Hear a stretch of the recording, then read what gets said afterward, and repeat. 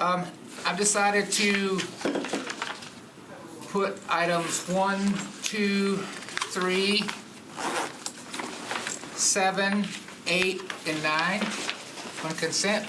Does anybody need to pull anything off? What were those numbers again? 1, 2, 3, 7, 8, and 9. 7, 8, 9. Okay, thank you. I like that. Shut up, easy. Stop my phone. Shut up, dummy. Anybody? She just joined, she may need to consent agenda repeated. All day. Wow. I've never checked that box. First time for everything. All right. Nobody has anything, any reason to pull either one of those off? Can I have a motion? So moved. Second. Moved and second. I need to go through and read each one of them first. So RS 2025-1258, a resolution adopting a new pay plan for general services, Metropolitan Government, Nashville, Davidson County, excluding employees of public health, border education, and police and fire. RS 2025-1259, a resolution adopting a new pay plan for employees, Metropolitan Government, police and fire. Resolution adopting a new pay plan for employees of Metropolitan Government Health. And then number 7, BL 2025-838, ordinance creating a position of Assistant Grants and Accountability Officers, Fire Deputy, Director Chief, Grants and Accountability Officer, Investments Portfolio Manager, Short-Term Rental Inspector, Traffic Management Center Operator 2, Traffic Management Center Supervisor, Superintendent, Water Field Technical Supervisor, Zoning Inspector Chief, Zoning Inspector 1, Zoning Inspector 2. Number 8, BL 2025-839, an ordinance approving the sale of approximately .03 acres of remnant property located at West 1st Avenue North, East 2nd Avenue North, north of Van Buren. And number 9, BL 2025-840, ordinance approving a donation of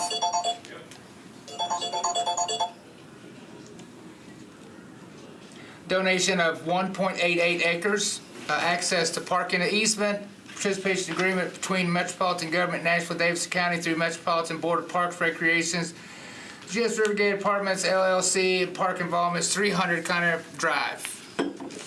All right. Any discussion on either one of those? What? Can you recognize me? I can.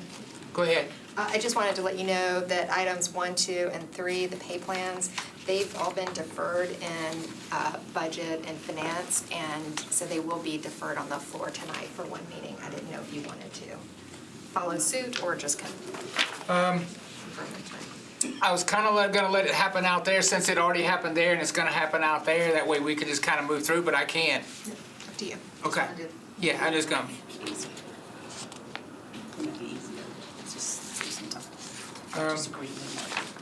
Just rare. I'm just going to leave it like it is. All right, so any discussion?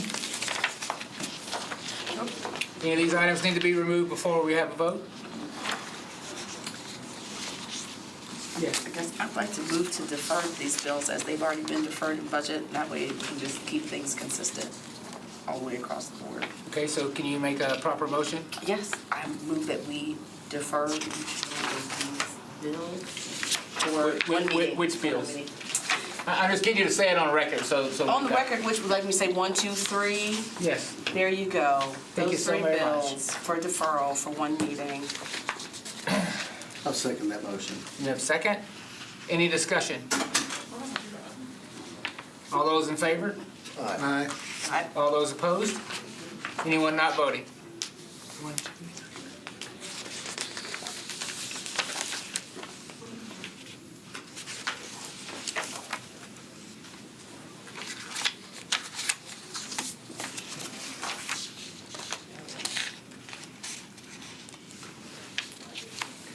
And your motion was one meeting?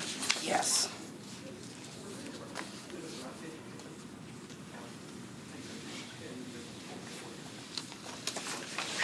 All All righty. So now we're gonna back up, and then we're going to stick with items 7, 8, and 9. Can I have a motion for those? Second? Second. Any discussion? All those in favor? Aye.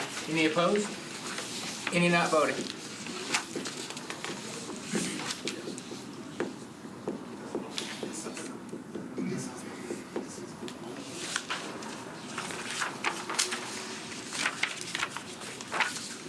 Okay. All right, so then let's go back to, what was it, number 4, right? So number 4, RS 2025-1263, a resolution declaring surplus approving disposition of certain parcels, real property in accordance with section 2.224.250 Metropolitan Government Code of Laws. May I have a motion? Move. Second. Probably moved to second. Discussion. I pulled this off just in case somebody wanted to speak about this. Okay. I probably should have looked at the analysis, but do we know which properties they are?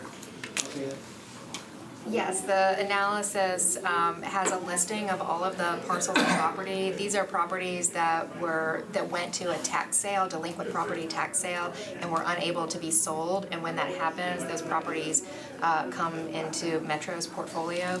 These are often little tiny strips or remnants. So when they get to this point and we put them up for sale, they usually go to a neighboring parcel. And the code section requires that the proceeds from these sales of delinquent tax properties that are brought into Metro, that they go to the Barnes Fund. Yes, sir. You said, so you're absolutely right, is what's happening in my district. I've got Zero Woodside Drive that's on that list. And it is a very long strip. It goes across 5 different backyards. And I didn't size out to see how wide that might be, but it's literally a strip. And I think the whole thing was valued at like $2,900. And so I would say that's about $400 or $500 per house that would have a piece of that. If those people don't buy it, or how, they would be the most obvious to buy it. And it's really, a lot of that's a rental, a duplex area. So I don't know if the duplex owner would be willing to buy that piece just for more backyard that they've had for decades probably anyway. What would happen if that wasn't to sell? Would we keep it? Okay, so we'll just sit on it until And then someday sell somebody it again might. at some point if there's a new owner or something. Yeah. That's what I thought. Thank you. They're usually unbuildable lots. I'm good, thank you. Yes, sir. Is the dollar amount listed on each of these properties the amount of tax owed, or is that the appraised value?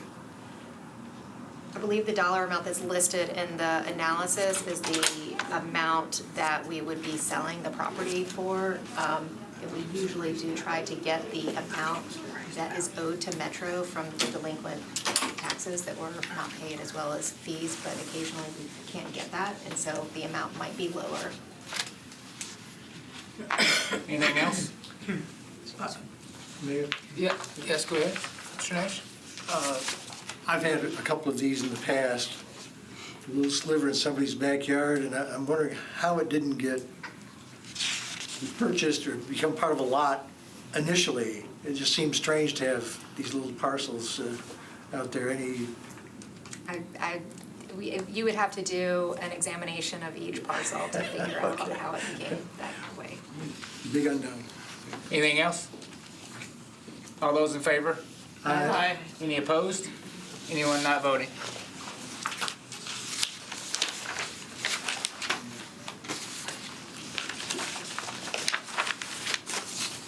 All right, number 5, RS 2025-1265, resolution accepting the terms of cooperative purchase master agreement of roadway paving equipment for the Department of General Services.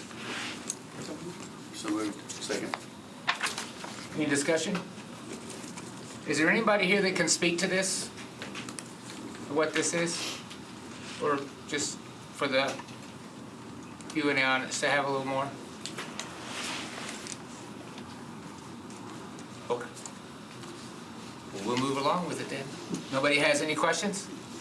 All those in favor? Aye. Any opposed? Anyone not voting? Okay. Number 6, BL 2025-836, an ordinance amending section 10.60.050 Metropolitan Code of Laws regarding the display of alarm permits. Can I have a motion? Second. Second? Second. Discussion. I pulled this off to try to find out if there's someone here who could talk to this, because I know that there's been some stuff back and forth. Ms. Benedict? Thank you, Chair. It's my bill. Okay. So I'd love to present that to the committee. So I have had a number of calls, and I know we've seen it on social media, among other places. I'd imagine that other council members have received these calls as well, about alarm permits. Metro always used to send a sticker out so when somebody has an alarm and they register it with the city, Metro used to send a sticker so that you could place that on your window or your door of your business or your home.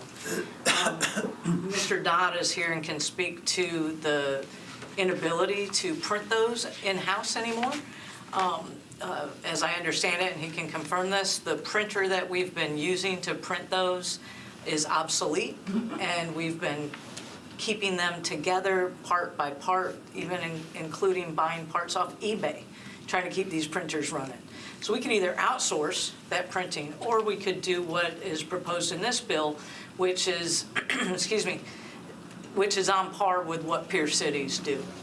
And that is that you just need to keep the permit registration on the premises. And not everybody who has an alarm in Nashville registers their alarm with the city. And so to some degree, I mean, it's not a requirement that people register their alarm with the city. I thought it was. I can, If it's fire or like a police alarm, they're supposed to. Yeah, that's what I thought. I think it's required. there are a lot of people that don't register them now that we have technology There are like people who run Ring stop and- signs, but I'm just saying what Well, the that's law true. says. I think you're supposed to display it. Okay. No, I don't believe Ring cameras have to be registered, because that's where we've seen kind of numbers go down as people are moving towards cameras and doorbell cameras, things like that. That's a different setup. But from an alarm perspective, what this bill does is so what we've been doing since just in the past year, I think, which Mr. Dodd can answer those specifics, we've been sending, an email and PDF for people to print, and then people are taping them on their windows or their doors. What this bill does is it just says you're required to keep that copy on the premises. Again, this is on par with what other cities do since technology has changed. There is a lot of confusion out there, so this is going to streamline that process, give us the opportunity to have a consistent solution to communicate with our constituents. And Mr. Dodd, do you want to expand on anything that I've shared? Well, I think you If I may, summed if up it there. may. Absolutely, of course. That's the reason why I pulled this off, because I had questions about this too, because I get asked about this very thing, same thing too. So I just wanted to add that this issue came up with two folks, and Mr. Dodd was really good with replying back. And so what my residents have done is paid it's less than $2, including tax, to get the permit, the PDF that you get from codes, to get it laminated at FedEx. And that holds up with the wear and tear of having it, clearly displayed. So I would just offer that up to the viewing audience. Okay. Mr. Todd? I'll just add, excuse me, losing my voice. I'll just add real quick. So the reason alarm registration was created was to make sure that the database that our first responders have is up to date. So when our CityWorks is the registration system we use. When you come and you pay for a permit or when you update that permit, our system updates the database every 24 hours. So every night when we leave the office, it updates what they have. I've talked to our first responders to make sure, if your house is on fire, if the police get called to your house, they're not going to stop and look for a sticker. They're going to come in and do their job. We're there to make sure that database is updated. And so that's why we're changing this to kind of come into practice with our peer cities who do this exact same thing. They just make you have it on premises in case there's ever an inspection. If there's a lot of false calls and things like that, sometimes someone's going to come out and investigate that. But this is just kind of falling in with them to make sure that database is up to date. Is there anything that if someone doesn't have a permit and they do get several false calls, is there a fine or a penalty for that? There is, I'm not sure, Because I think there it's is. a pretty steep fine. Yeah.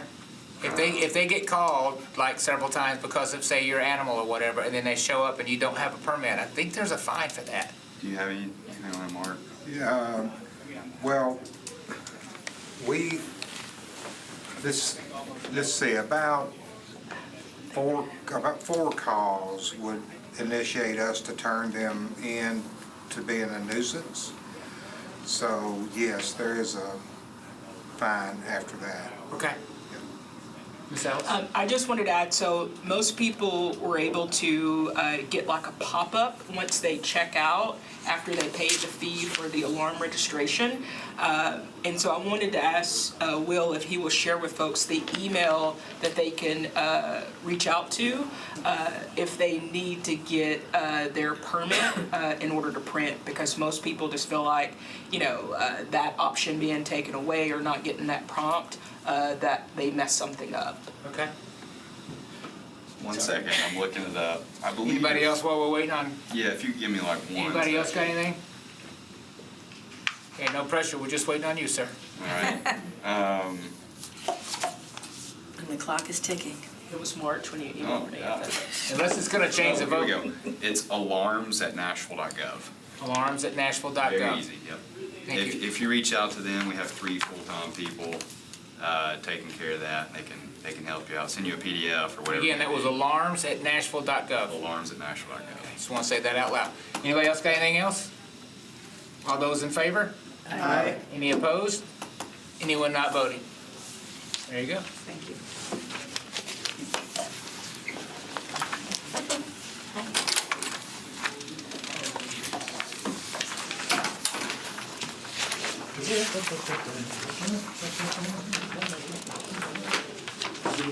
That's all, folks. That's it. Meeting is adjourned.